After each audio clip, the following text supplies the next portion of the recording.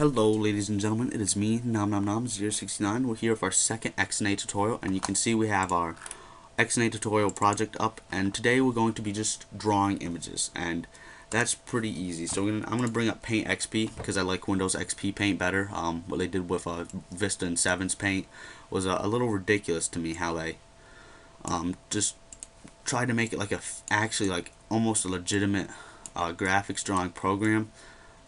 It's not. Paint is for me to come in, make a smiley face for my game project to make sure that everything's blending to the screen properly, and then I'm going to delete that image when I'm done. And yes, we're going to save this to my desktop, I want to say. We're going to call it just image.bmp. Save, and XNL content, add reference. No, that's not what I wanted. XNL content, add existing item. We're going to come up to our desktop, and there should be our image file we just created in Paint.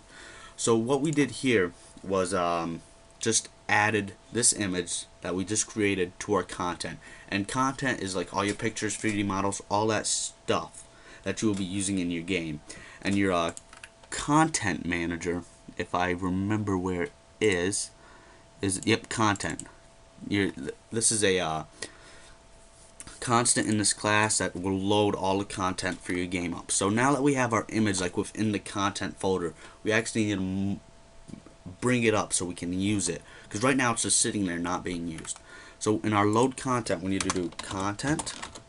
Actually no, we don't need to do that first. We actually need to create a texture to hold this, since this right here is a texture. It's a two-dimensional texture.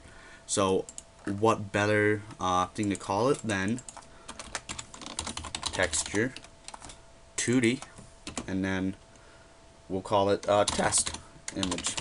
And as you can see, I brought up Paint XP, trying to, when I double click the image on accident. So test image.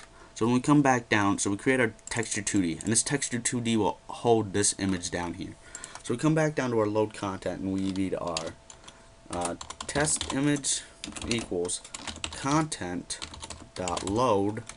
And here in the lesson sign, we need to put the type. What type of image we're loading. And it's a texture 2D.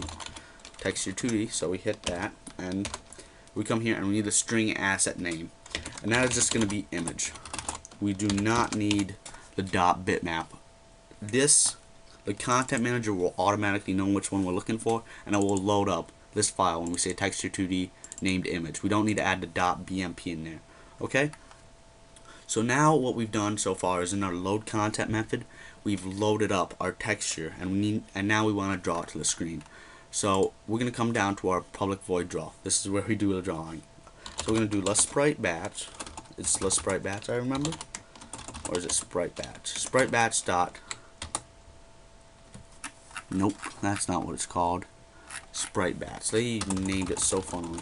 Lowercase sprite batch dot begin. First you need to begin your sprite batch, and after you're done using the sprite batch, you need to end it. You need to end it.